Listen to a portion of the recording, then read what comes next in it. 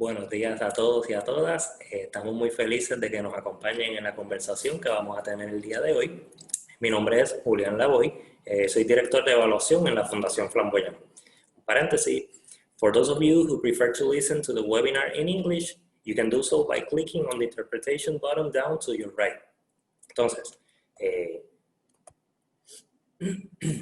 para aquellos de ustedes que no estén familiarizados con nuestro trabajo, la Fundación Flamboyant es una organización con oficinas en Washington, D.C. y en Puerto Rico. Por más de 10 años hemos trabajado para garantizar que todos los estudiantes tengan acceso a una educación de calidad. Nuestro trabajo en educación en Puerto Rico se enfoca en lograr que los estudiantes lean a su nivel cuando terminen el tercer grado. Uno de los pilares de nuestra forma de trabajar es la importancia que le damos a escuchar y a aprender de las comunidades a las que servimos. Durante las últimas semanas hemos realizado 2 encuentros como este para escuchar las experiencias y perspectivas de los estudiantes y sus familias y de quienes están directamente trabajando en el campo, es decir, los maestros. En el día de hoy queremos darle la palabra a 3 expertas en el campo de la educación temprana para continuar la conversación sobre el reinicio del semestre en las escuelas públicas de Puerto Rico. Además de escuchar lo que nuestras panelistas van a decir, hay varias maneras en las que pueden participar de esta conversación. En primer lugar, sean parte de la misma con nosotros y los asistentes a través del chat. 2 miembros de nuestro equipo de trabajo, Paola Perea y Karen Holguín, estarán pendientes a sus comentarios y dudas y sé que están sumamente entusiasmadas de conectar con ustedes a lo largo del evento. A través del chat también pueden compartir enlaces con información sobre el trabajo que estén llevando a cabo. En segundo lugar, también tienen la opción del botón de Q&A, de Q y de preguntas y respuestas, donde pueden someter las preguntas que quieren hacer a los panelistas. Entonces nosotros las podemos contestar ya sea por escrito o utilizar sus preguntas para la parte de preguntas y respuestas al final de nuestro webinar. En tercer lugar, también vamos a tener unas encuestas. En varios momentos del webinar vamos a hacer estas encuestas o hacer preguntas en el chat para conocer sobre sus perspectivas. Así que les invitamos a que participen de estas. Ahora, deseamos compartir con ustedes varias reflexiones y datos para enmarcar la conversación de hoy y así poder dar inicio al webinar. Comenzando, los primeros años de escuela, es decir, de kinder a tercero, proporcionan una base fundamental para el desarrollo académico y socioemocional de los niños.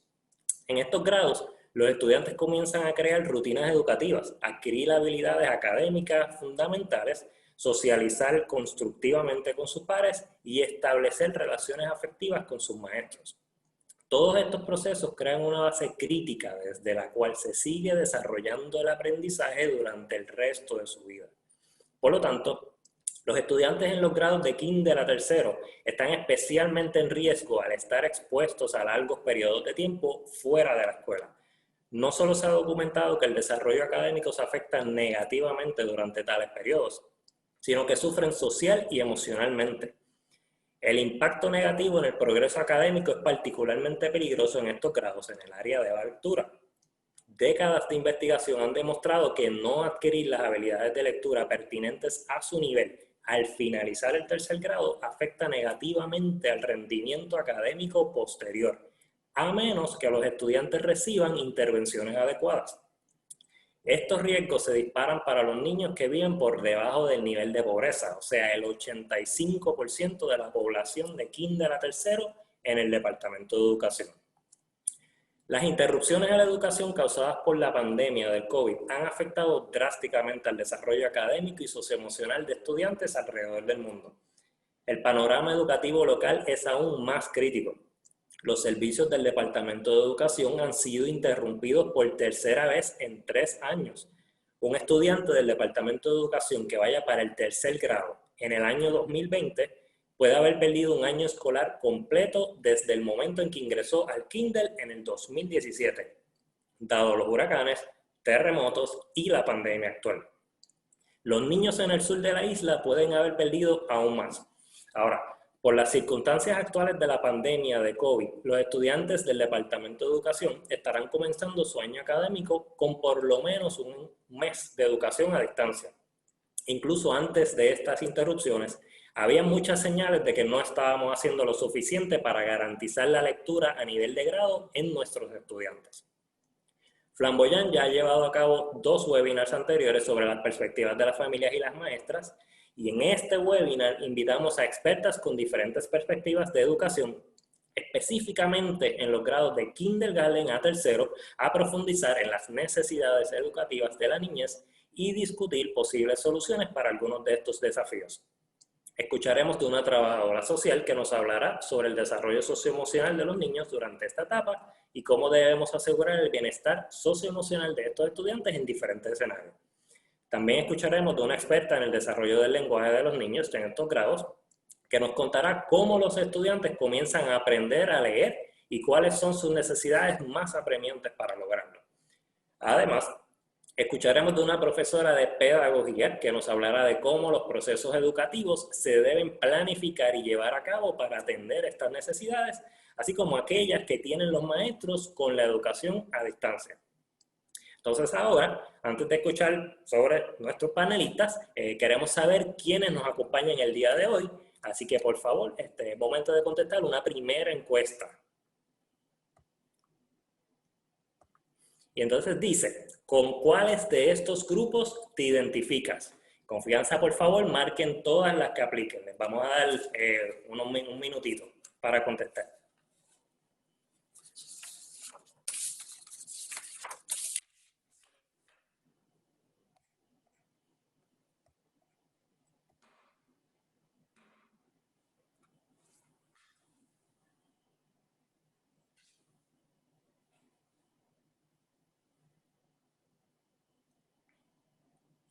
Vamos llenando. ¿Cuál de estos grupos te identificas?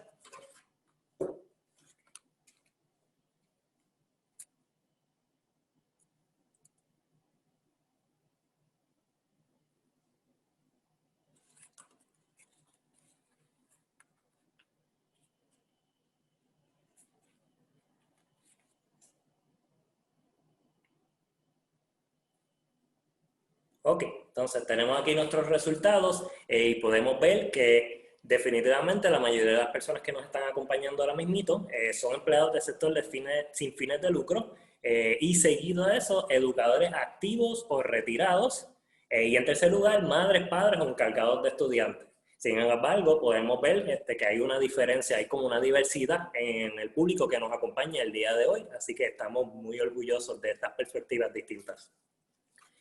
Ok, ahora siguiendo un poquito con la dinámica del webinar, hoy compartirán con nosotros, vamos a comenzar, ¿verdad? Primero con Débora Fontanes Flecha, trabajadora social, luego le seguirá Natalia Canto, que es nuestra experta en el aprendizaje de la lectura, y Nereida Rodríguez, experta en pedagogía. Entonces, primero vamos a presentar a Débora. Tenemos aquí una breve biografía. Débora Fontanes Flecha posee una maestría en trabajo social clínico. Trabajó por 33 años como trabajadora social escolar en el Departamento de Educación y se retiró el pasado 5 de junio. Es actualmente estudiante doctoral del Programa de Trabajo Social de la Universidad de Puerto Rico, recinto de Río Piedras. Así que Débora, pues, adelante con tu presentación. Muy buenos días a todos y a todas. Qué bueno estar aquí y poder entrar en este conversatorio, especialmente de la educación de nuestros niños y niñas, de esa población infanto-juvenil. Y primero que nada, ¿verdad? Quiero comenzar a puntualizar que todos podamos visualizar la escuela como una comunidad. La escuela es una comunidad porque ahí se reúne un grupo de personas, un grupo de individuos y que estos individuos pues tienen unos intereses comunes. Karl Marx diría que es una organización social cuyos miembros se unen para lograr objetivos comunes. La comunidad, de acuerdo a Huertas, esa comunidad educativa, especialmente esa comunidad escolar, es un concepto integral e integrador que distribuye la responsabilidad de educar, no solamente en los educadores, sino también en los educandos, o sea, en el estudiante, en su familia, en los docentes, en todos los miembros que componen esa comunidad escolar. Y fíjense que él nos trae que al mismo tiempo asume que los mismos estudiantes son agentes activos de sus propios aprendizajes. Forman parte de esa comunidad, la integran y a su vez también toman acciones educativas, tanto los docentes como las familias. La comunidad educativa es una agrupación de personas que están cohesionadas por un interés común, que es la educación. Si nos fijamos lo que dice la Ley 85, que es la última ley, ¿verdad?, aprobada de reforma educativa, ellos utilizan uno de los principios filosóficos de Piaget, que dice así, y voy a citar: el objetivo principal de la educación en las escuelas debe ser la creación. Y ahí pues yo le estoy cambiando algo, porque le voy a añadir a eso, que es una comunidad donde niños y niñas y jóvenes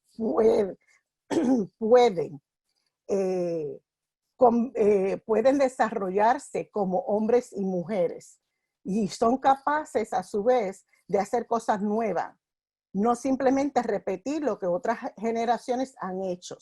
Son niños y niñas y jóvenes creativos, inventivos, descubridores, que pueden ser críticos y verificar y no aceptar todo lo que se le ofrece. Por lo tanto, ese entorno escolar, esa comunidad escolar es activa, es proactiva.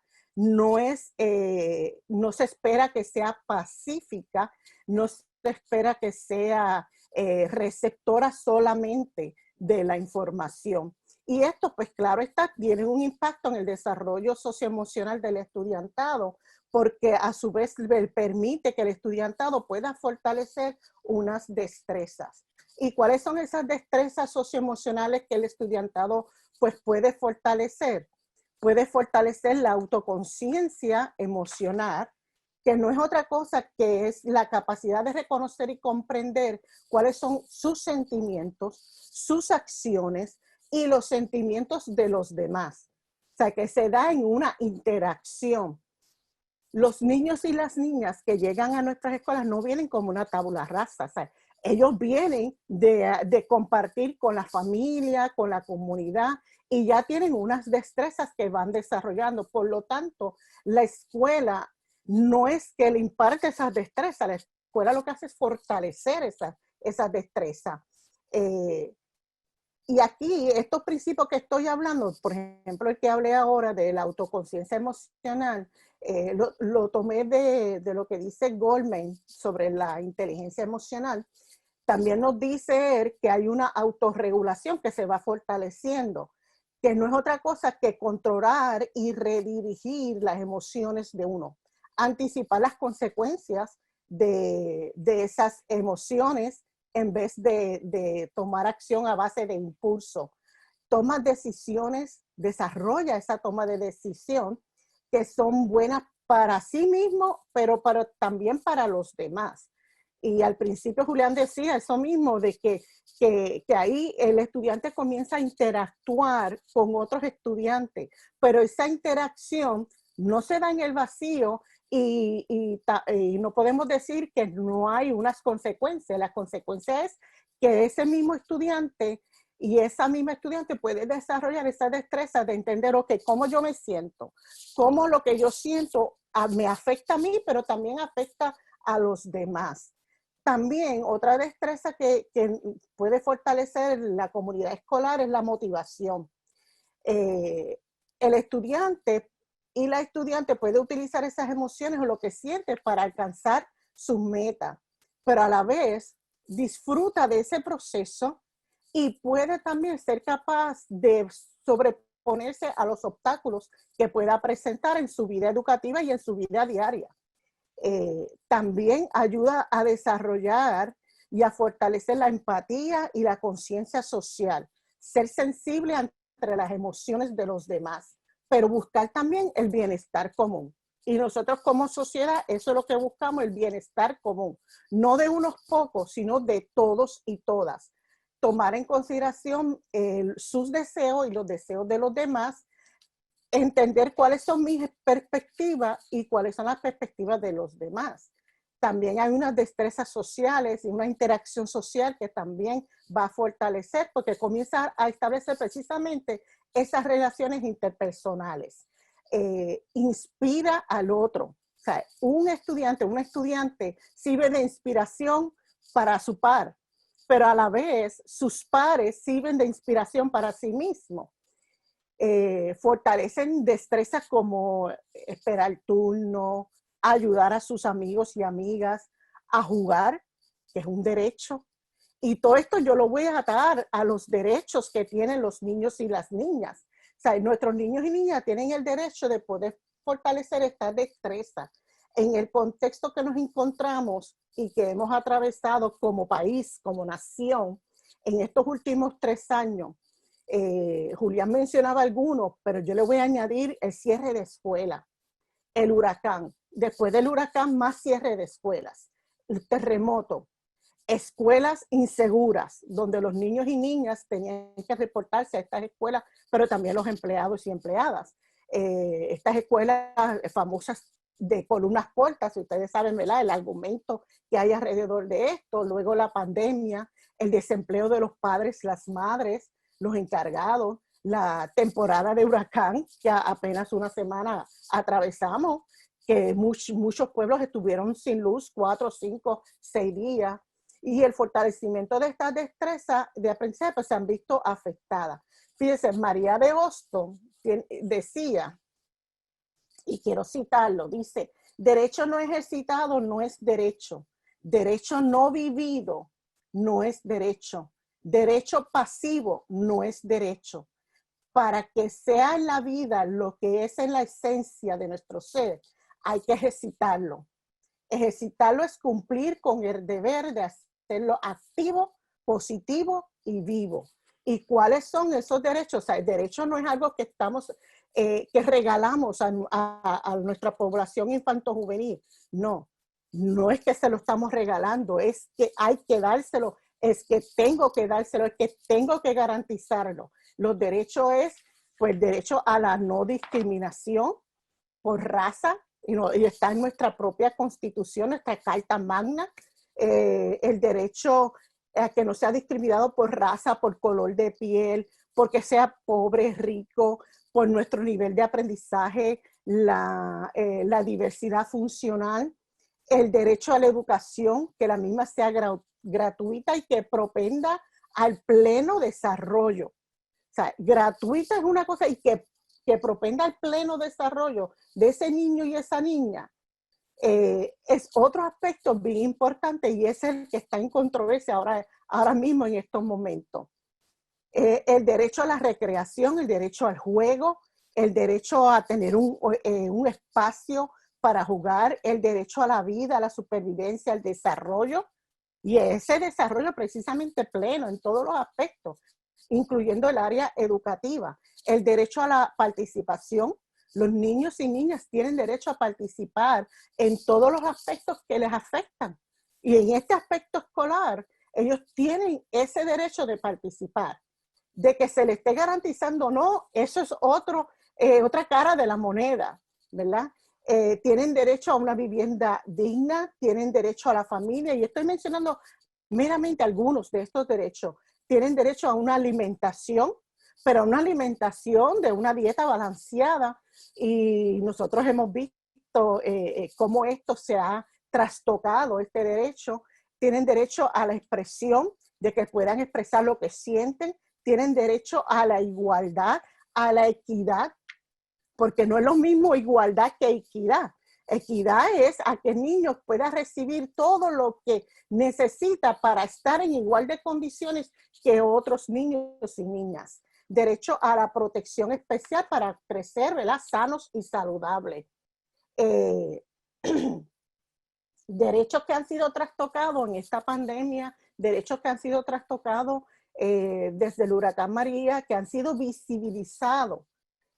No, después del huracán María decíamos, ay, yo no sabía, mucha gente decía, yo no sabía que existía tanta gente pobre. Pues sí, hay gente pobre, hay gente que vive en la pobreza, que no tienen una buena alimentación porque no tienen acceso a los servicios, no tienen acceso a los servicios de salud de calidad y en el momento que necesitan, o sea, no hay una justicia social. Y una justicia social no es justicia si llega tarde. Hoy usamos mascarilla, ¿verdad? Ojalá que esto nosotros o paradójicamente, ¿verdad? Nos tapamos la boca, pero que no nos impida poder hablar y decir y denunciar aquellos derechos que han sido violentados de los niños y las niñas. Y están siendo amenazados, y aquí lo vemos, estos derechos están siendo amenazados para que ese niño y esa niña pueda desarrollarse de manera saludable y sana. La educación accesible y de calidad.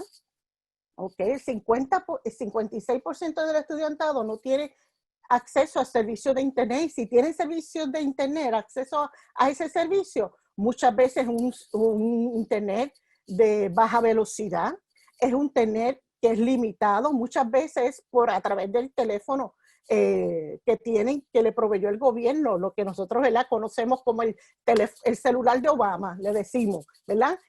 Y no solamente los estudiantes y las estudiantes, los maestros y las maestras, en esta pandemia, el celular que tenían disponible, que podían contar con algún internet, era precisamente el celular de Obama, porque ellos cualificaron porque sus ingresos son bajos.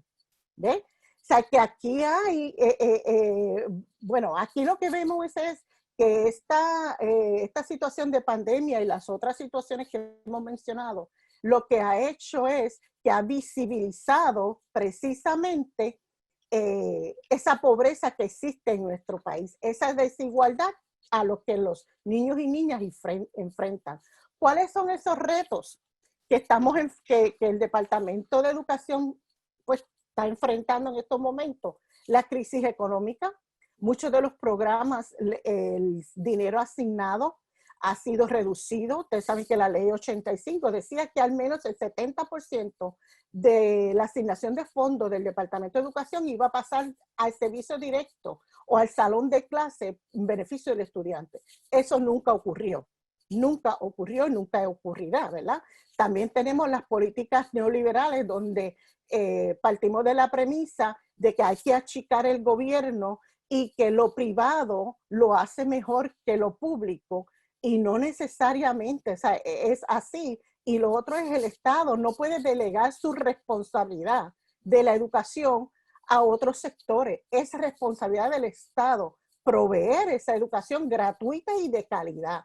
La situación colonial con Estados Unidos lo hemos visto en todos estos días. O sea, dependemos de que la Junta de Control Fiscal apruebe unos fondos. O sea, dependemos de que el gobierno federal apruebe unos fondos, nos asigne unos fondos, dependemos de esos fondos. Pero también no solamente dependemos de esos fondos, es que nos dice cómo tenemos que utilizarlo.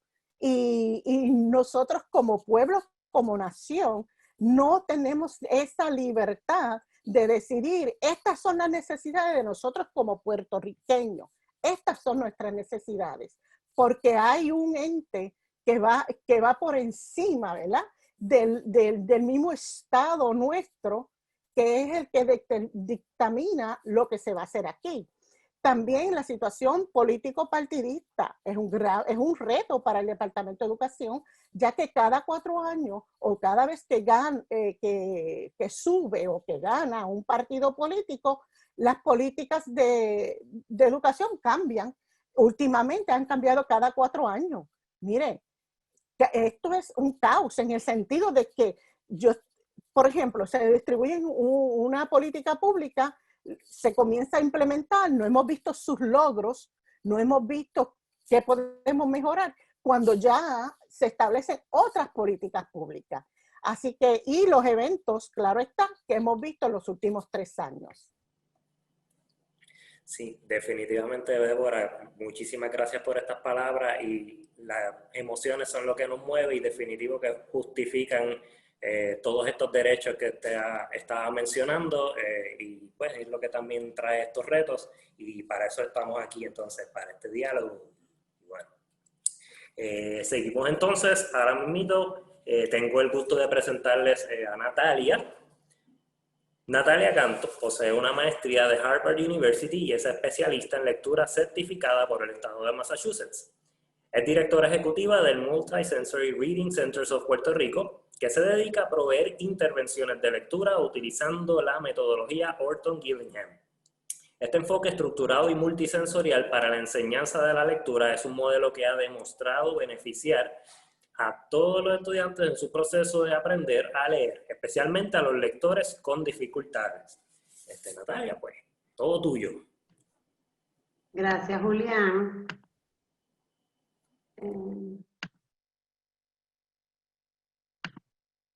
Voy por aquí. Buenos días a todos, gracias por acompañarnos en el día de hoy y bueno, muchas gracias a Flamboyant, ¿verdad?, por la invitación. Como dijo Julián, pues yo me voy a concentrar en hablar de este proceso que es aprender a leer. Aprender a leer es un proceso sumamente arduo para los niños y ya verán al final para un número bien significativo de estudiantes aprender a leer requiere de mucho esfuerzo. Aquí lo que les presento es, ¿verdad?, los grados escolares en la escuela elemental y es bien importante que entendamos que hay una diferencia, ¿verdad?, en los objetivos durante estos grados en cuanto a la lectura. De primero a tercer grado, los estudiantes se supone que estén desarrollando las competencias que los permitan leer. Entiéndase que están entendiendo, ¿verdad?, cómo se manejan los libros, la direccionalidad con que se lee, aprendiendo a leer lo que los libros dicen, ¿verdad? Y a su vez, pues, obviamente, leer no es nada si no comprendemos, o sea, que están en este proceso de empezar a entender lo que van aprendiendo a leer. Y eso se debe de lograr, esa base fundamental, se debe de lograr en los primeros 3 grados, porque de cuarto grado en adelante, las demandas académicas cambian significativamente, ¿verdad? Las demandas académicas en cuanto a contenido en las clases de ciencia, de estudios sociales, pues sabemos que aumentan exponencialmente. O sea que, por tanto, es inminente, ¿verdad?, que los estudiantes terminen el tercer grado, perdón, teniendo unas competencias en el área de lectoescritura bien desarrolladas. Entendamos por eso que sean lectores proficientes, ¿verdad?, que puedan leer un texto con suficiente fluidez y que a la misma vez pues logren extraer significados de ese texto y construir, ¿verdad?, significados que los ayude a interpretarlo. O sea que básicamente durante los primeros años en la escuela estamos, ¿verdad?, en mi libro como estableciendo una zapata del edificio, ¿verdad? En la escuela tenemos que pensar que nosotros leemos todo el tiempo, no es solo en la clase de español y la de inglés, leemos en matemáticas, necesitamos leer en ciencias y en estudios sociales, y si bien de primero a tercer grado esa zapata de este edificio que entendamos en la escolaridad, que la tenemos toda la vida, si esa zapata no está bien desarrollada y fortalecida, pues el edificio se colapsa, ¿verdad? Y no nos permite ser lectores exitosos y leer con éxito, básicamente ser un estudiante exitoso en la escuela. Si tú no puedes leer, pues los chances de que fracases como aprendiz, pues son mucho más altos.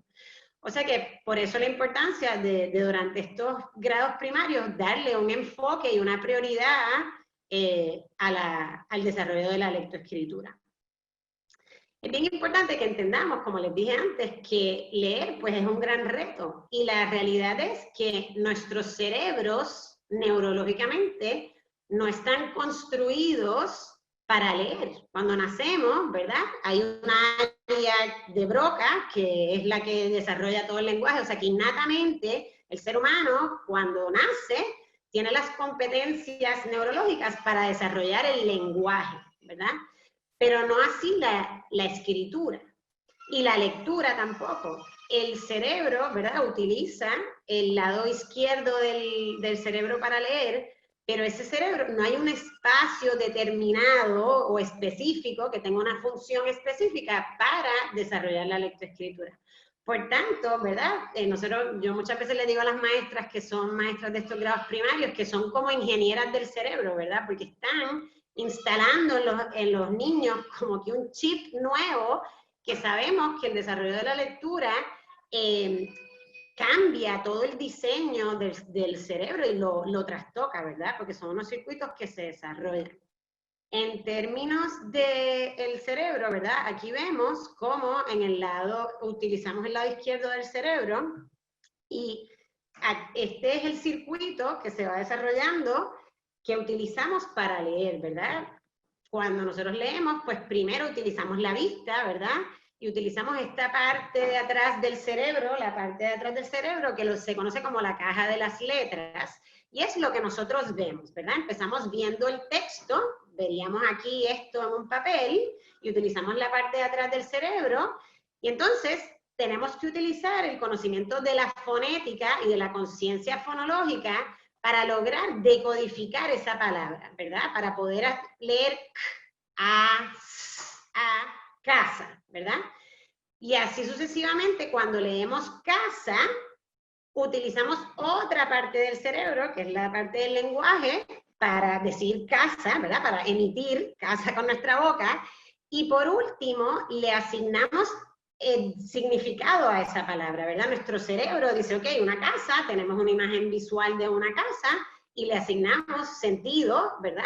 Vocabulario, significado, y obviamente, pues en esta parte de asignarle el significado, utilizamos pues todas nuestras competencias del lenguaje, no solo vocabulario, sino también conocimiento previo, conocimiento general del mundo, etc. O sea que como ven, pues el cerebro utiliza muchas áreas para lograr leer, y establece, ¿verdad?, este circuito que sabemos que muchos estudiantes, pues este circuito muchas veces es ineficiente, y que se requiere un montón de práctica para sistematizar y hacer que este circuito sea uno eficiente para que se logre, ¿verdad?, una lectura fluida y proficiente. ¿Okay?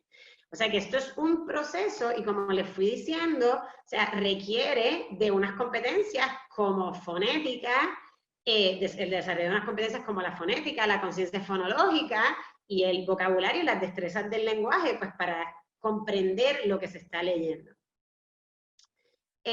O sea que básicamente cuando estamos hablando, yo vuelvo a insistir, leer es un proceso arduo de desarrollar, y estamos hablando, para mí, por muchos años se ha hablado de la fórmula simple, la visión simple de la lectura, y esto es un poquito una visión modificada.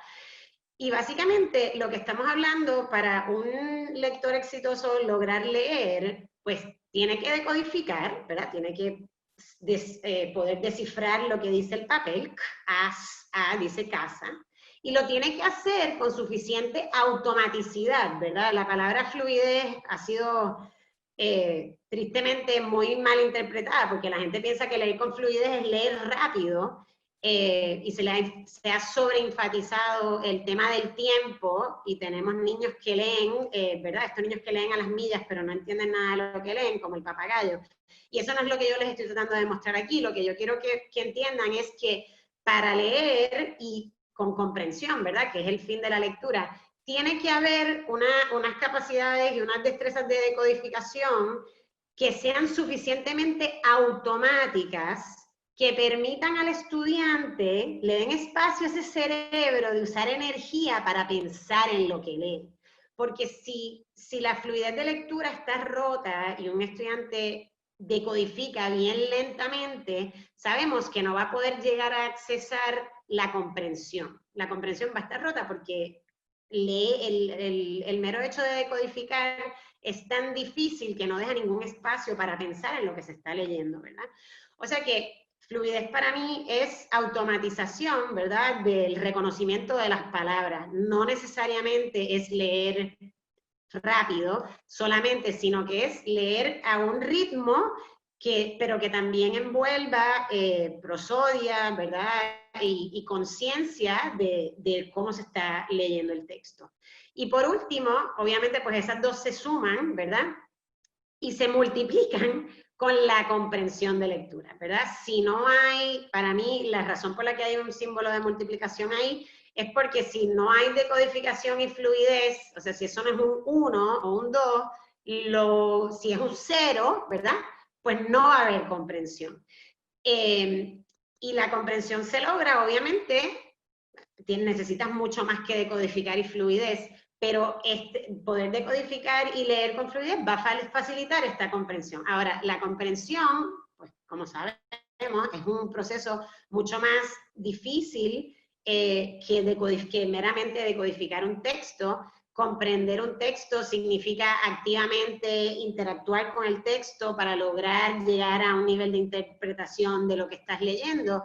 Y para tú lograr eso, pues necesitas tener suficiente vocabulario, necesitas tener conocimiento general del texto, necesitas entender las estructuras del género que estás leyendo, etcétera. O sea que, básicamente, para mí, ¿verdad?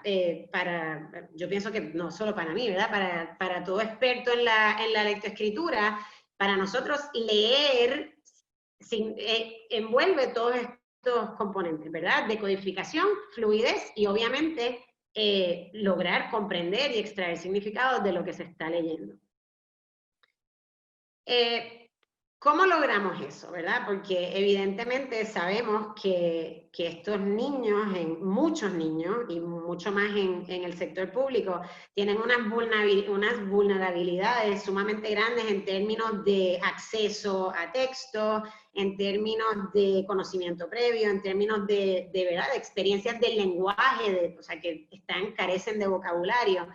Y por tanto, pues para mí, yo escuchaba a Débora y yo decía, Dios mío, el derecho a la educación para mí es el derecho a aprender a leer, ¿verdad?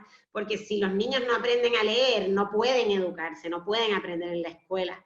Entonces, para mí, estos niños en el sector público dependen de unas heroínas que se llaman maestras, que tienen que tener esto como prioridad número 1 en sus salones de clases, y entender la ciencia de lo que es enseñar a leer.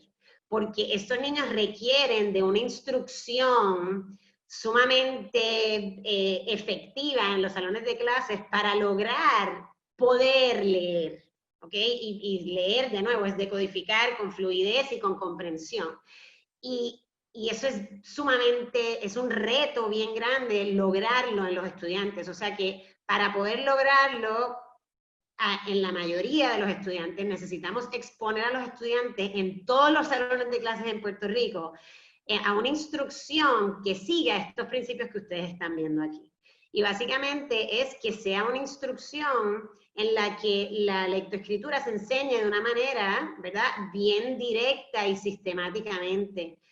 Y que la maestra esté bien al tanto de qué es lo que está enseñando y por qué lo está enseñando, y haga a los estudiantes partícipes, ¿verdad?, de ese proceso a través de mucha práctica y de un repaso constante, ¿verdad? Y que esta instrucción se delinee de una manera que empiece desde lo más básico, ¿verdad? Porque es necesario para aprender lo más complejo.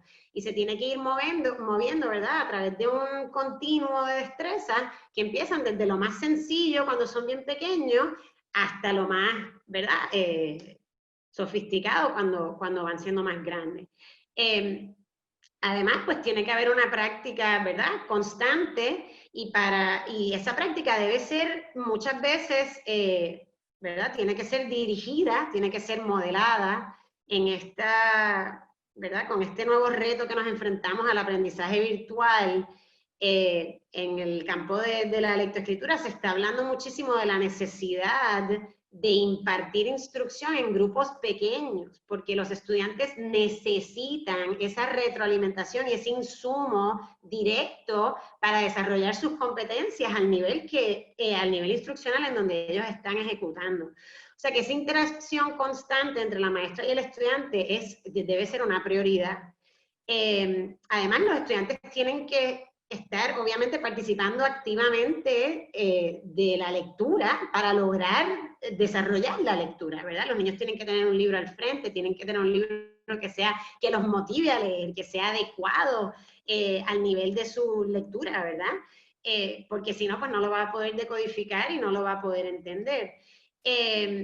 Y además de eso, pues que muchas veces la instrucción, como ya les dije, al ser sistemática y secuencial, muchas veces en la lectoescritura, pues en la enseñanza de la lectoescritura nos como compartimentalizamos todo, enseñamos fonética y después enseñamos conciencia fonológica y después enseñamos comprensión, pero todo es como por partes y no llegamos a la aplicación de todas estas destrezas a un texto. Y es bien importante que, ¿verdad?, que se les dé continua oportunidad a los estudiantes de utilizar sus destrezas de lectoescritura y aplicarlas a un texto, ¿verdad? Y a una experiencia real de que los invite a comprender, a decodificar, a hablar del texto y a interpretarlo, ¿verdad? Y por último, el último principio que para nosotros es esencial que llegue a todo salón de clase es que tenemos que monitorear constantemente el desempeño en el área de lectoescritura de los estudiantes, ¿verdad? Enseñar un currículo al papagayo sin monitorear el desarrollo de los estudiantes es enseñarle al aire, no es desarrollar las destrezas de lectoescritura en nuestros estudiantes. O sea que tenemos que tener sistemas de avalúo, ¿verdad?, diagnóstico, de monitoreo, de final del semestre, avalúo constante que nos den información necesaria de cómo diseñar y de seguir dirigiendo a estos niños a desarrollar sus competencias al nivel que lo logran, ¿verdad? O sea que tenemos que monitorear el desempeño de los estudiantes para informar la instrucción y que la misma pues logre ser efectiva y atienda las necesidades particulares de los estudiantes que tenemos al frente. Y yo entiendo, ¿verdad?, que solo si seguimos estos principios y los tenemos en mente y enseñamos de esta manera, vamos a lograr que esa fórmula, el producto de verdad sea la lectura. Si no, no estamos desarrollando lectores en los salones de clase. Por último, los quiero dejar, ¿verdad?, con este pensamiento, ¿verdad?, con esta información que para mí es bien importante que la entiendan. Como les dije, el proceso de lectura no es innato, se tiene que desarrollar y es un proceso arduo, ¿verdad? Y es importante que entiendan que solamente un 5% de los estudiantes en nuestros salones de clase aprende a leer por osmosis. La maestra, no importa ni que la maestra vaya a la escuela, no tiene que ir. El niño va a aprender a leer.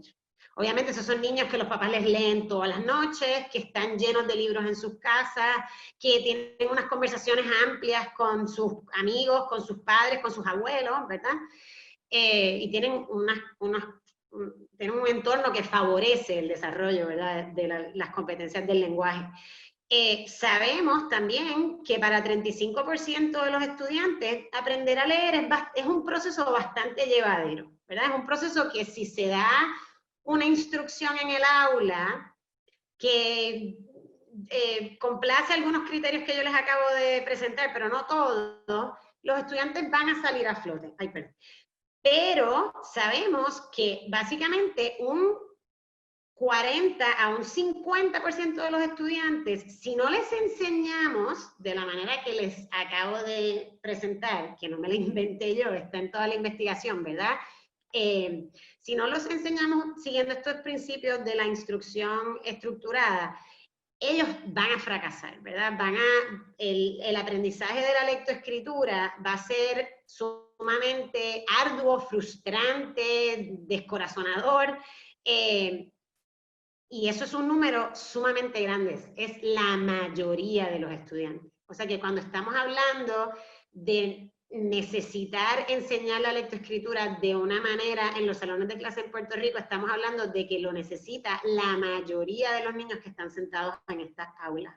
Y además sabemos que dentro de ese 60, 50, 60% de los estudiantes, un 10% de los estudiantes, aunque le demos esta dosis de enseñanza de la lectoescritura ejemplar, ¿verdad?, que siga con todos estos principios, aún esos estudiantes van a necesitar más, van a necesitar unos servicios, ¿verdad?, de intervención de lectura específicos a sus competencias que los ayuden a remediar sus problemas.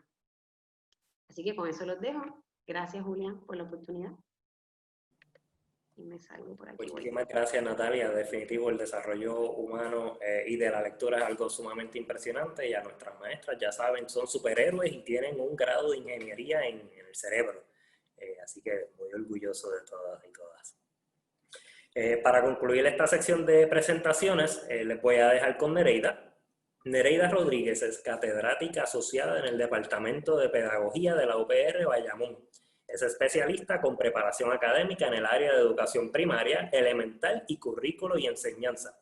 Ha laborado por 29 años en el campo educativo como maestra, directora escolar, directora del programa de educación para la niñez en el Departamento de Educación y profesora en el programa de preparación para maestros del nivel preescolar y elemental.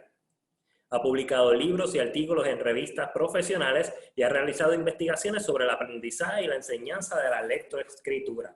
Así que Nereida, gracias por estar con nosotros, todo tuyo.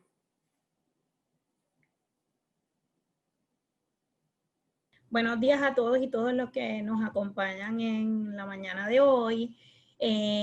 Nos complace, ¿verdad?, el que podamos vislumbrar distintos ejes en el proceso educativo en el que estamos ahora mismo viviendo y obviamente las distintas perspectivas que se han presentado en la mañana de hoy, específicamente con el aspecto social y emocional que tiene su impacto en todas las ramificaciones que se llevan a cabo a través de esta maravillosa máquina que tenemos como cerebro, que nos permite hacer las interconexiones para este proceso de aprendizaje. Y evidentemente los niños están en un proceso activo y entiendo yo que en este momento ese proceso activo de su aprendizaje es continuo. Nosotros comúnmente hablamos de lo que tiene que ver la educación de los niños y nos enfocamos como ahora en la educación formal, pero tenemos que visualizar también el impacto de la educación informal. Así que en muchas instancias, desde mi perspectiva, todos los niños tienen, ¿verdad?, distintas experiencias y si a lo mejor si miramos una experiencia en particular versus otra, pues siempre vamos a encontrar niños que no la van a tener porque es igual que nosotros ya de adultos, no todos tenemos las mismas vivencias y de eso consta el mosaico de la vida. Así que los niños del sistema público y privado ahora mismo están en una situación la cual nos ha tomado a todos y es la enseñanza a la distancia.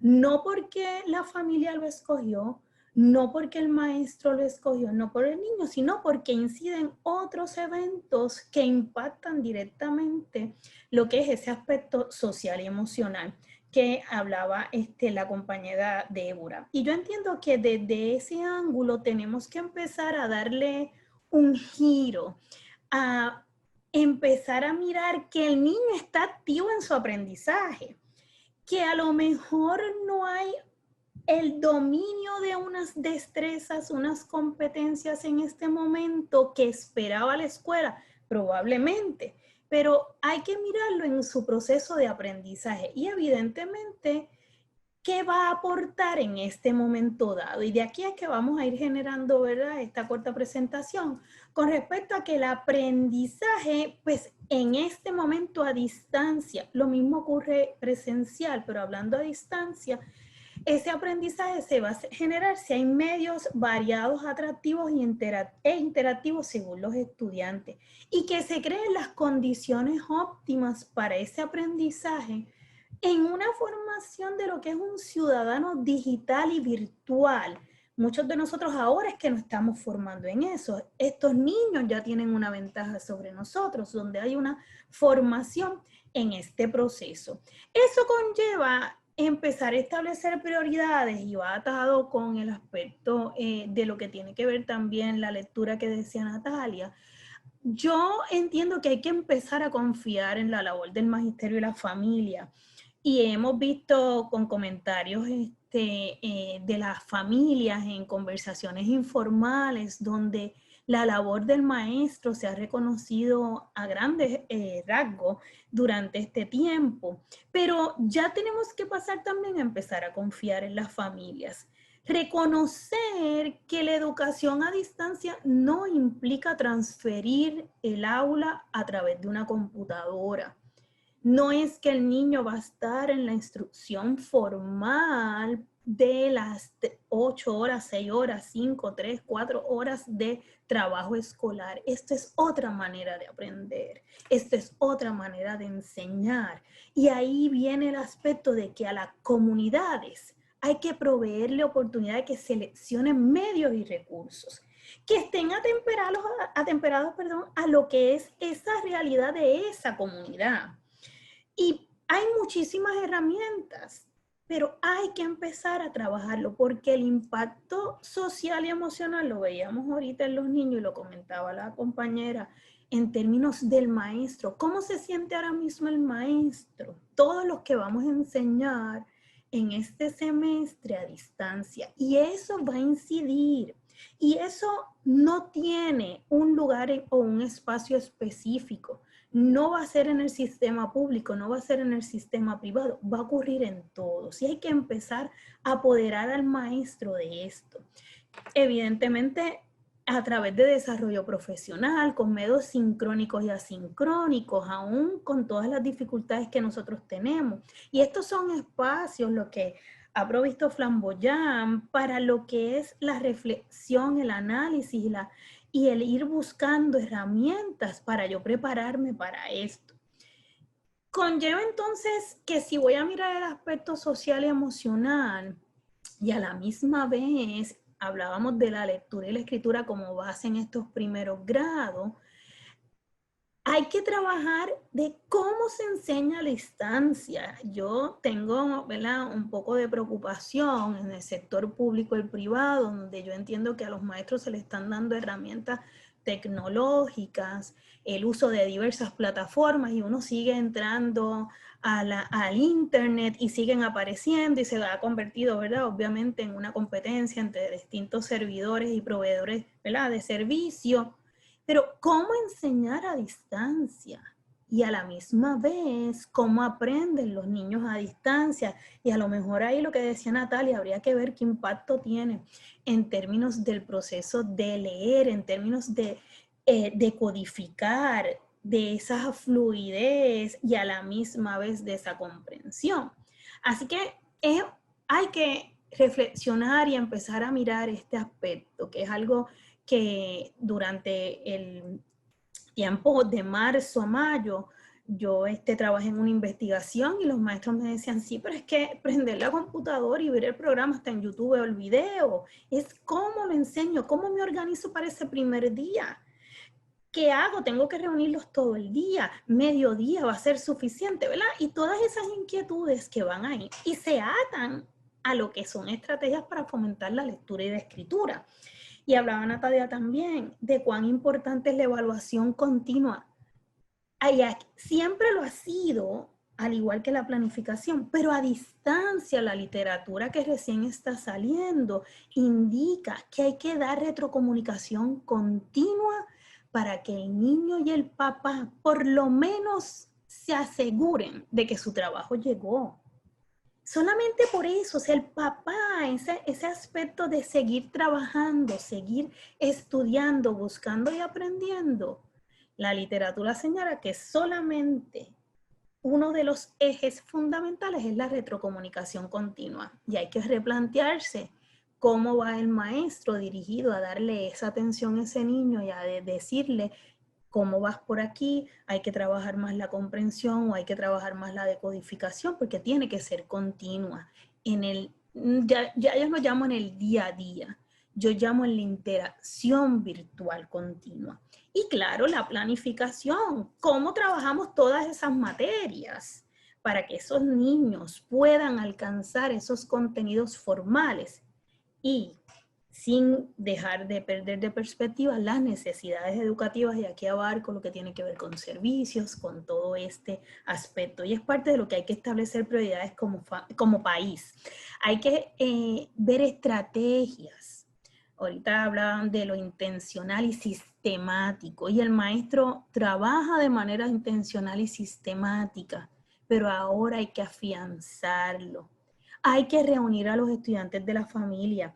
Y uno sabe que es parte de lo que ocurre en el inicio del curso escolar, pero saben que las reuniones más continuas, irlos escuchando, ir haciendo reuniones en grupos pequeños. Maestro que me esté escuchando, esta es la oportunidad para trabajar con grupos pequeños.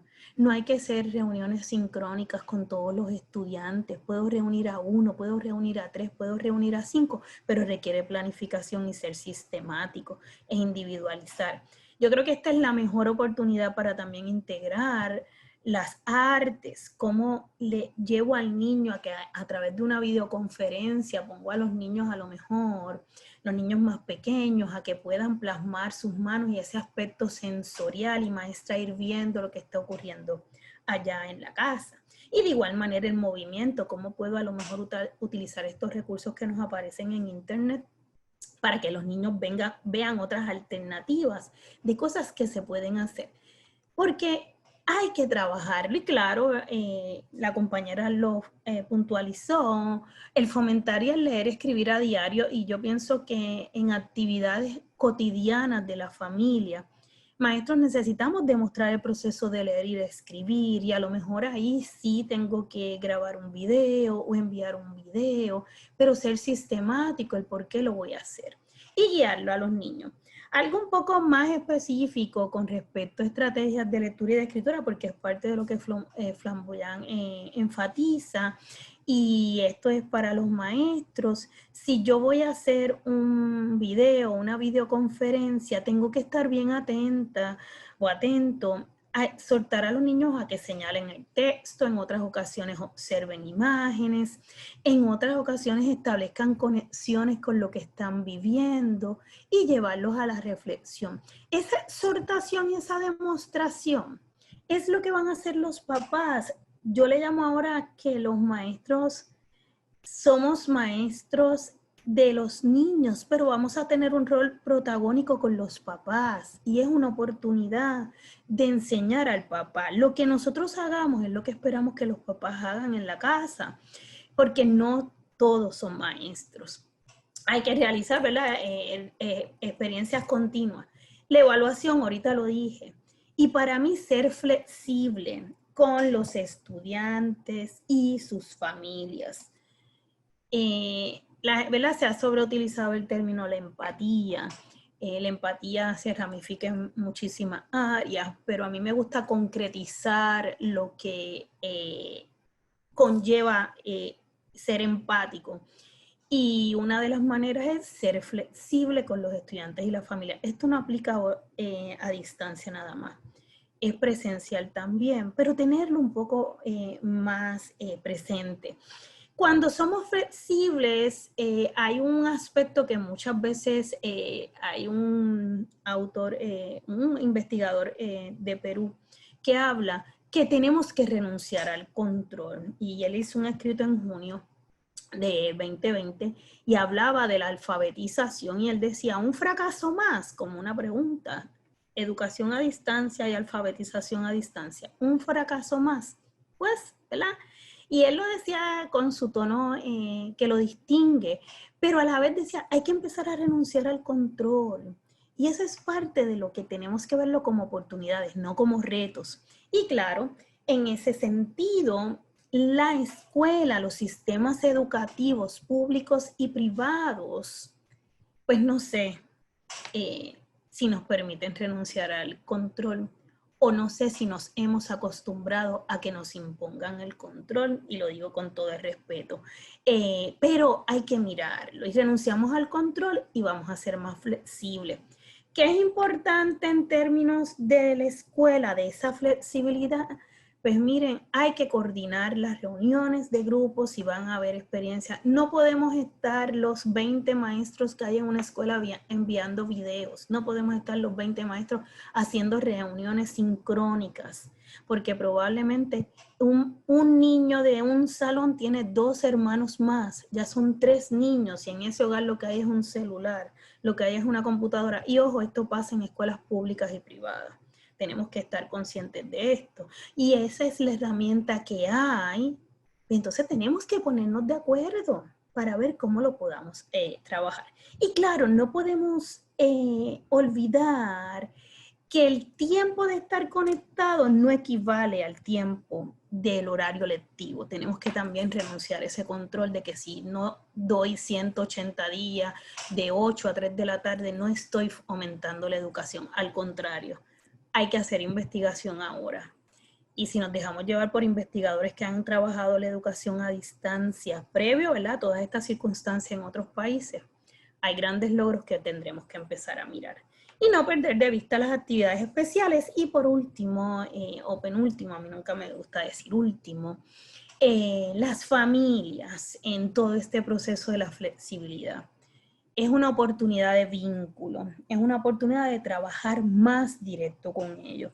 Y probablemente tengo maestros allá que están diciendo, mire, pero es que se me hace difícil el que los padres me respondan. Es cierto. En mi caso, yo ofrecí un campamento gratuito. La hago esta salvedad para que vean esa dimensión. En verano tenía 4 grupos, los reunía 2 veces a la semana, le enviaba actividades y todo, y hacía reuniones 2 veces a la semana, y había niños que se conectaban con sus familias, habían otros que no, y tengo de grupos de 3 y 4, 5 y 6, 7 y 8, 9 y 10. Pero ¿sabe qué? Maestra Nereida se conectaba. Y maestra Nereida siempre piensa y lo dice, y los que me conocen lo saben, que si se conecta uno, para ese es el que yo trabajo, porque yo trabajo para enseñar a un niño. ¿Cuál es el niño? En mi caso, a mis universitarios. ¿Cuál es el universitario? Yo no lo sé. Si 2 logramos aprendizaje, ya es ganancia. Y 3, enriquecimiento y aprendizaje. Así que veamos este aspecto del reinicio escolar. Yo no quiero llamarle retos, yo le quiero llamar oportunidades de aprendizaje. Porque cuando comenzamos a verlo como tropiezos, es como usted ver una piedra y usted pues dice, pues viro y no voy por ese camino. Vamos a verlo como oportunidades de aprendizaje. Aún cuando nos vamos a enfrentar no a retos, sino a muchas situaciones. Pero las situaciones que tenemos como maestros y como familia, hay que renunciar al control, porque no tenemos control de ella. Así que una exhortación a la reflexión en términos de cuál es su perspectiva en términos de la educación a distancia. Gracias por atenderme. Así que paso ahora con Julián. Gracias, Nereida, mil. Muchas gracias. Como usted dijo, el niño está vivo en su aprendizaje y esto definitivo tiene implicaciones a nivel de país. Nada, quisiera agradecerles a todas por sus perspectivas, son sumamente valiosas, pero antes de pasar a nuestro próximo segmento de preguntas, quisiera presentar nuestra segunda encuesta. Así que le vamos a dar un minutito para que por favor nos contesten. En tu opinión, ¿cuáles deben ser las 3 prioridades del Departamento de Educación para el reinicio de clases en este año escolar? Marca hasta 3 opciones. Nuevamente, las 3 prioridades del departamento para el reinicio de clases en este año escolar.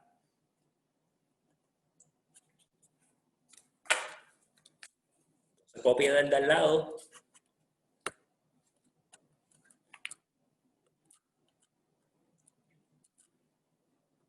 Prioridades del departamento para el reinicio de clases.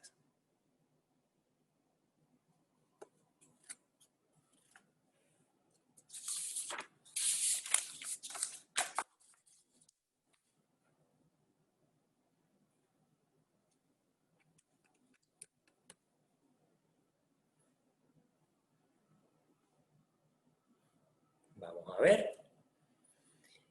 La abrumadora mayoría veo que ha escogido, definitivo, es una pandemia, ¿no? Hace sentido asegurar la salud física y seguridad de los niños y el personal escolar. A esto le sigue, ¿verdad? A mitad, atender la salud socioemocional de los niños, un tema que hemos estado cubriendo el día de hoy, muy interesante, y asegurar el acceso a equipos e internet para la educación a distancia. Hay una diversidad de temas, todos señalaron, hubo una diversidad en todos los temas, así que nada, muchísimas gracias por su respuesta. Ahora vamos a pasar a conversar todos, así que, ¿verdad? Hago la invitación a Nereida, a Débora y a Natalia para contestar unas preguntitas de una manera breve, ¿verdad? Ya nos estamos quedando sin tiempo, así que breve. En sus presentaciones, Todas han destacado de una manera u otra la importancia de la colaboración activa entre educadores y familias y durante la educación a distancia. Desde sus perspectivas, ¿han visto prácticas efectivas que hayan funcionado para crear lazos estrechos y significativos entre familias y maestros? ¿Y qué aspectos de estas prácticas han sido efectivos y por qué?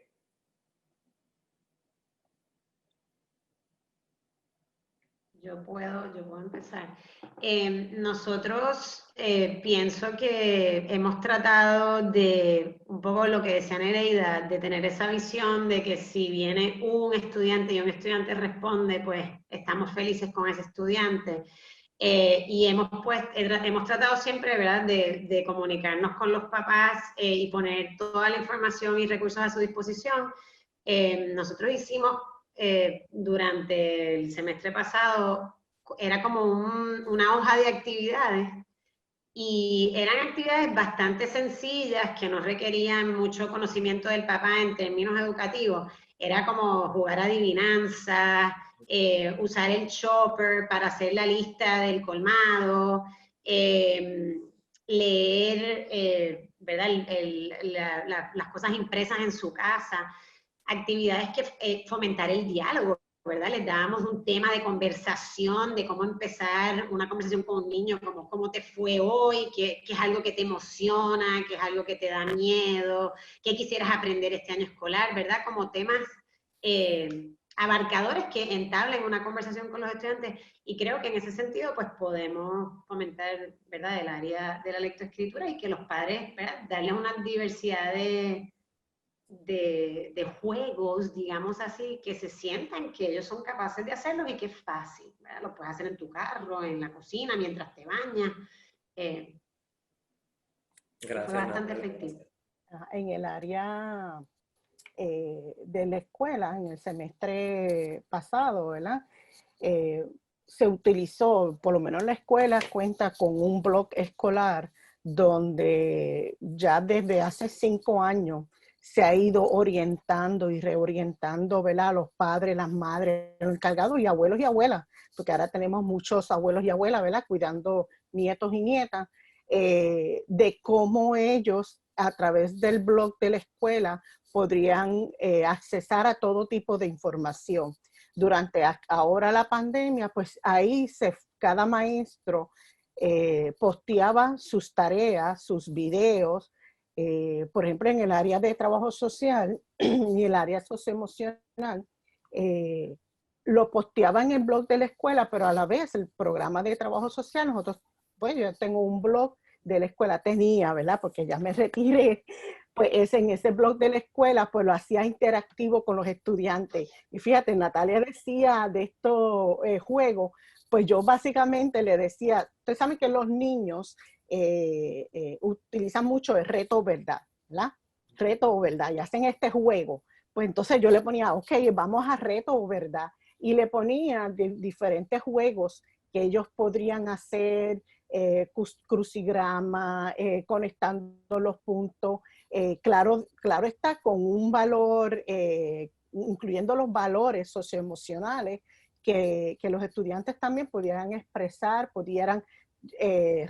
yo podía recibir esa retroalimentación de ellos, le incluía videos a los padres en el área, ¿verdad?, socioemocional y cómo trabajar esos estresores que se dan en esta pandemia, porque cada uno de nosotros hemos pasado estresores en esta pandemia, y cómo lidiar con esos estresores para evitar y minimizar quizás esa violencia familiar que pudiese generar cuando todos estamos alterados, un poco alterados, porque se nos alteró la rutina todo, y cómo lidiar con esos aspectos. Y de verdad que los maestros y las maestras han sido sumamente creativos, innovadores, utilizando diversas estrategias. Yo creo que hay que ser sistemático y hay que establecer rutinas con los maestros. Las rutinas las establecíamos en las salas de clase. Requiere hacer rutinas con los familias, donde el papá sepa que los lunes va a recibir el comunicado. los martes o los viernes, ¿verdad?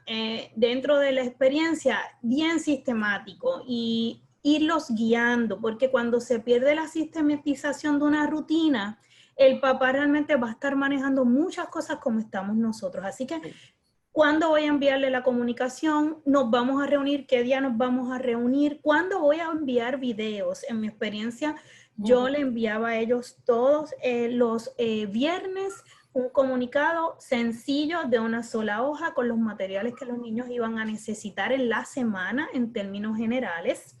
Y los días de reunión en la mañana les enviaba el enlace. ¿Por qué les enviaba el enlace? Porque es parte de acostumbrarme a que yo tengo que estar pendiente a la hora de entrada del salón virtual. Y no es que el salón virtual está abierto las 24 horas y es el enlace para todos los días, no, un enlace distinto y personalizado. Y a la misma vez yo les colgaba, ¿verdad? Como se dice en este campo, el colgar dentro a las mismas horas. Al principio yo no se los dije que a las 9:30 de la mañana yo iba a colgar un saludo de buenos días, pero llegó el momento dado en que, y esa rutina es para ellos, pero más también para los niños. Así que yo creo que eso. Y lo otro, los acuerdos. ¿Qué acuerdos vamos a llegar con ellos como familia? Hay que tomarlos en cuenta para que este proceso sea exitoso, ¿verdad? Y pues, ¿quién mide el éxito? Pues eso lo veremos en distintas vertientes. Entonces, rapidito, nos interesa muchísimo escuchar de todas, por favor, de la manera más breve posible para pasar a las preguntas de la audiencia. Nos interesa escuchar sobre sus recomendaciones que harían el Departamento de Educación para priorizar el aprendizaje en los grados de kinder a tercero y así poder garantizar el progreso académico de cada estudiante. Bueno, yo ¿verdad? Voy a tomar ese turno ahí. Ok, muy bien. Y después van ustedes, pero yo creo que el Departamento de Educación tiene que llevarle un mensaje más claro a los maestros de que ellos son no solo arquitectos del cerebro, arquitectos en su salón. Y así han sido en las aulas presenciales y así tiene que ser en el aula virtual, aun cuando se adquieran plataformas, programados, equipos.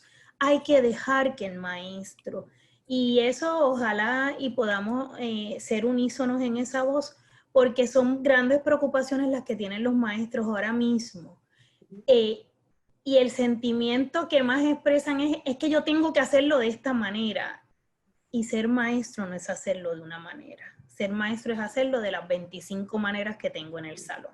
Así que esa sería mi recomendación específica. Gracias. Para mí es poder fortalecer esa educación como un bien común.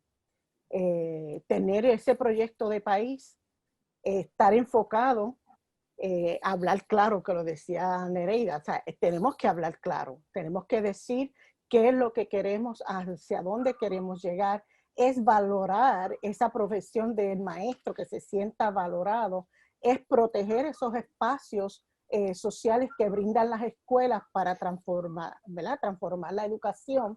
Y un aspecto bien importante, o sea, nosotros como el Departamento de Educación no debe depender de ¿verdad? Plataformas que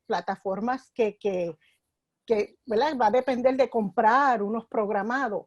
Somos capaces de crear nuestros propios programados y que sean gratuitos para todos y todas. Así que eso es un reto para el Departamento de Educación, y otro reto o oportunidad de crecimiento o de aprendizaje es esos grupos pequeños, poder formar esos grupos pequeños para poder, claro está, aliviar o quizás ese rezago, hacerlo, esa disparidad, ¿verdad? De que existe, poder hacerla menos, esa brecha entre unos y otros. Tremendo, gracias, Débora. Yo como con mi sombrero de lectoescritura, yo creo que dentro de la flexibilidad que sí, que creo que definitivamente el mundo lo está pidiendo, creo que tiene que haber como un lenguaje en común de que esto es no negociable, ¿verdad? Y para mí un no negociable es que estos niños, especialmente en los grados primarios, ¿verdad? Kinder, primero, segundo, tercero, se les exponga a la lectura en voz alta, ¿verdad? Yo creo, sabemos, mucho más en el sector público que en el privado, que estos niños carecen de libros en sus hogares. Y yo creo que como maestras, darles, ¿verdad?, esa oportunidad de aventurarse en la lectura, creo que es bien necesario en este momento. Y para mí eso debe ser como un no negociable que debe pasar a diario, a una hora, como dijo Nereida. La hora del cuento va a ser todos los días a las 8 de la mañana. Y yo lo haría a las 8 de la mañana, porque señores, los niños se van a levantar y el día va a empezar a las 8 de la mañana, porque aman que los adultos les lean. Entonces, creo que tenemos que, un poquito que sea como un hook a que empezó tu día con una aventura al mundo de los libros. Y yo creo que ese sería, ¿verdad? Tiene un montón de beneficios. Les vamos a estar hablando de conocimiento previo, les vamos a estar dando vocabulario, podemos entablar diálogo a través del libro. Y definitivamente creo que debe ser una cita, idealmente en grupos pequeños, 8 niños, 6 a 8, ¿verdad? En un mundo ideal. Y quizás las maestras pueden tener hora de las 8 de la mañana y después del mediodía, y los vuelven a conectar al mediodía. O sea que creo que esa es mi recomendación, muy contundente. Muchas gracias, Natalia. Entonces, siguiendo un poquito con el programa, vamos a pasar a una sesión de preguntas y respuestas, pero antes queremos preguntarles nuevamente por medio de una encuesta lo siguiente.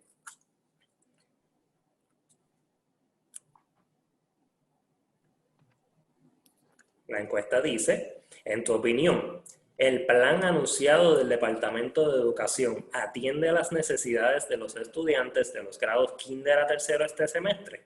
En esta ocasión, marquen por favor una sola opción. Como dice, el plan anunciado del departamento atiende las necesidades de los estudiantes de los grados kinder a tercero este semestre.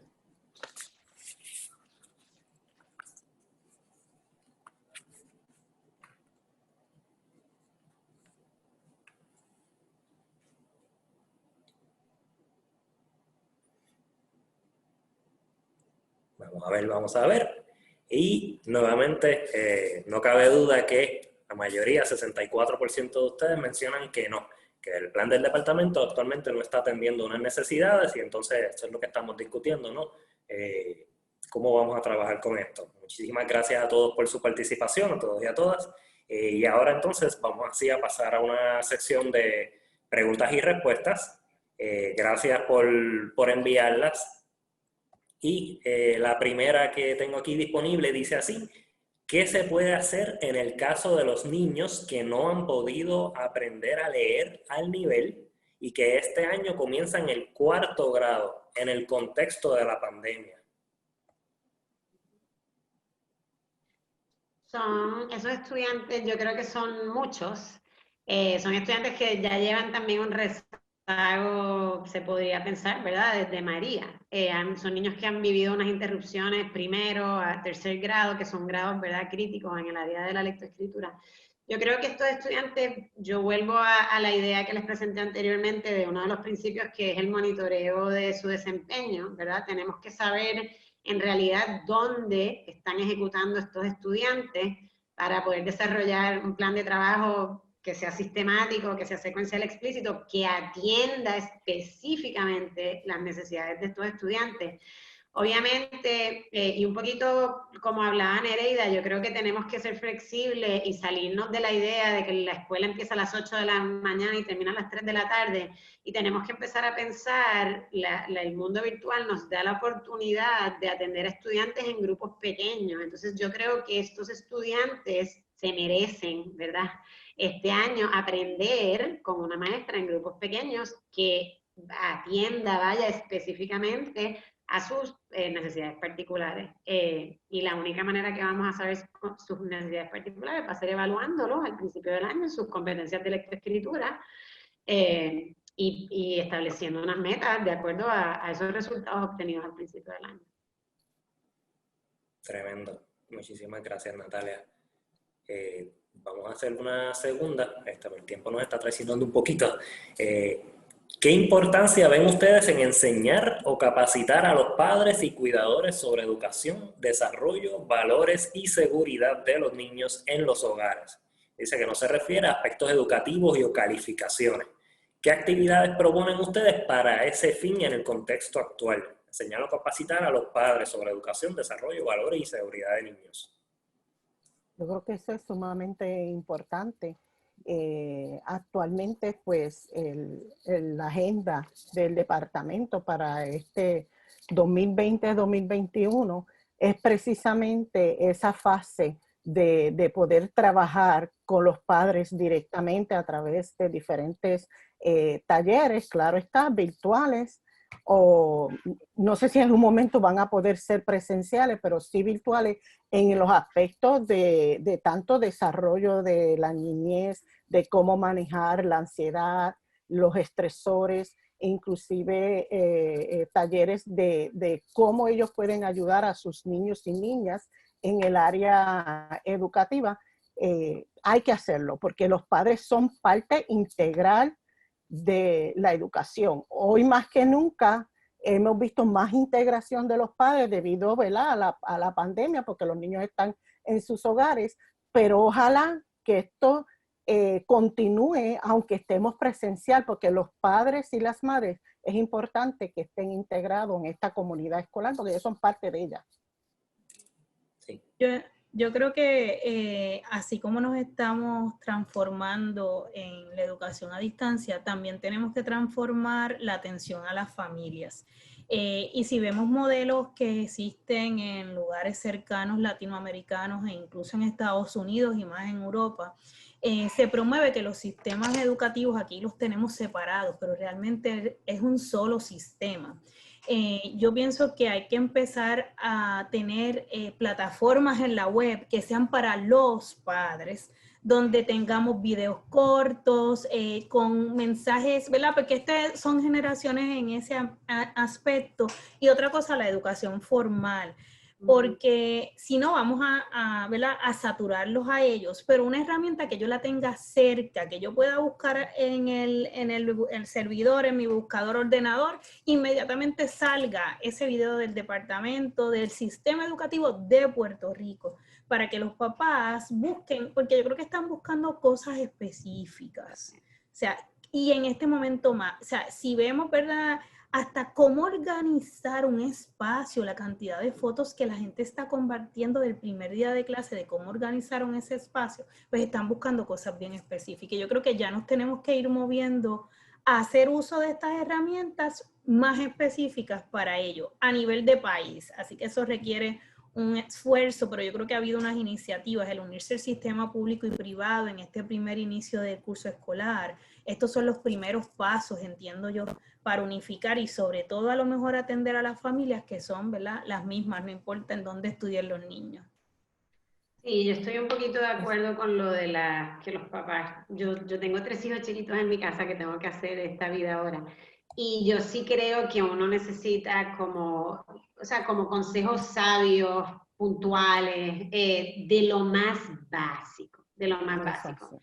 Hay una organización que se llama Understood.com y ellos tienen unos artículos bien cortitos, justo al grano, y yo creo que sí son bien útiles en términos de educar a los papás de cosas básicas que les van a facilitar mucho el proceso que necesitamos colaboración con. Inclusive en el Departamento de Educación hay una sección de integración de padres y comunidad. O sea, que ese espacio, lo que decía Nereida, o sea, ese espacio está ahí para eso, pero entiendo que hay que ampliarlo más definitivamente porque el Departamento de Educación se ha quedado corto en esa área.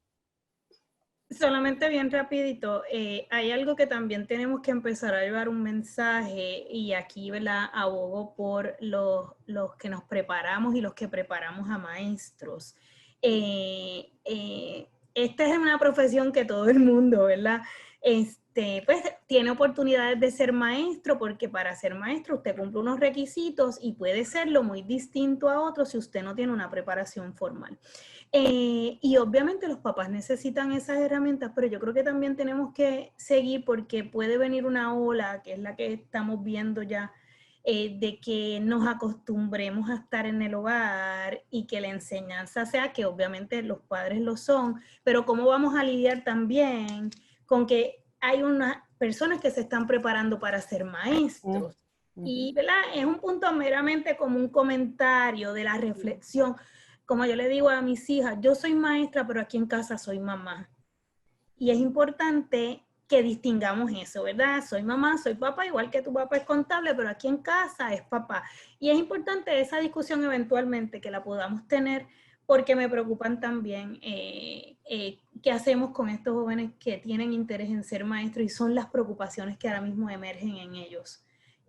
Así que importante ese aspecto para mí, ¿verdad? Y en especial con los y las estudiantes de diversidad funcional. O sea, tiene que haber un especialista en el área educativa, de esa educación especial, que es tan importante y vital para poder acompañar a ese estudiante en su proceso educativo. Muchísimas gracias. Definitivo, es un tema, podemos seguir conversando toda la semana de este tema, pero bueno, vamos a ir concluyendo, vamos a cerrar. Como he escuchado de parte de nuestras invitadas, son muchos los retos que tenemos que enfrentar para apoyar a los estudiantes y a sus familias. Debemos seguir escuchando ahora, durante y después de la pandemia, tanto a expertas como a las maestras, los maestros y las familias, a expresarse sobre el presente y el futuro de sus hijos, de los estudiantes. Los invitamos también a que compartan con nosotros lo que han aprendido de las comunidades a las que sirven.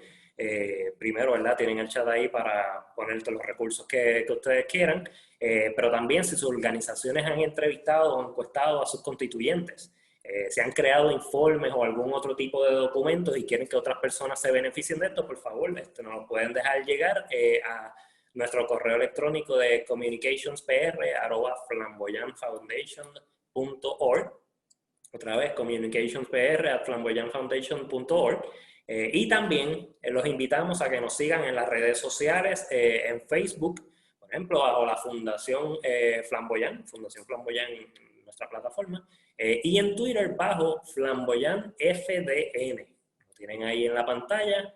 Y bueno, les agradecemos profundamente a nuestras panelistas, Débora, Natalia, Nereida, muchísimas gracias por su tiempo, su sabiduría, todas sus palabras, y damos por concluido nuestro webinar, así que tengan una excelente tarde a todos y a todas. Gracias por estar con nosotros.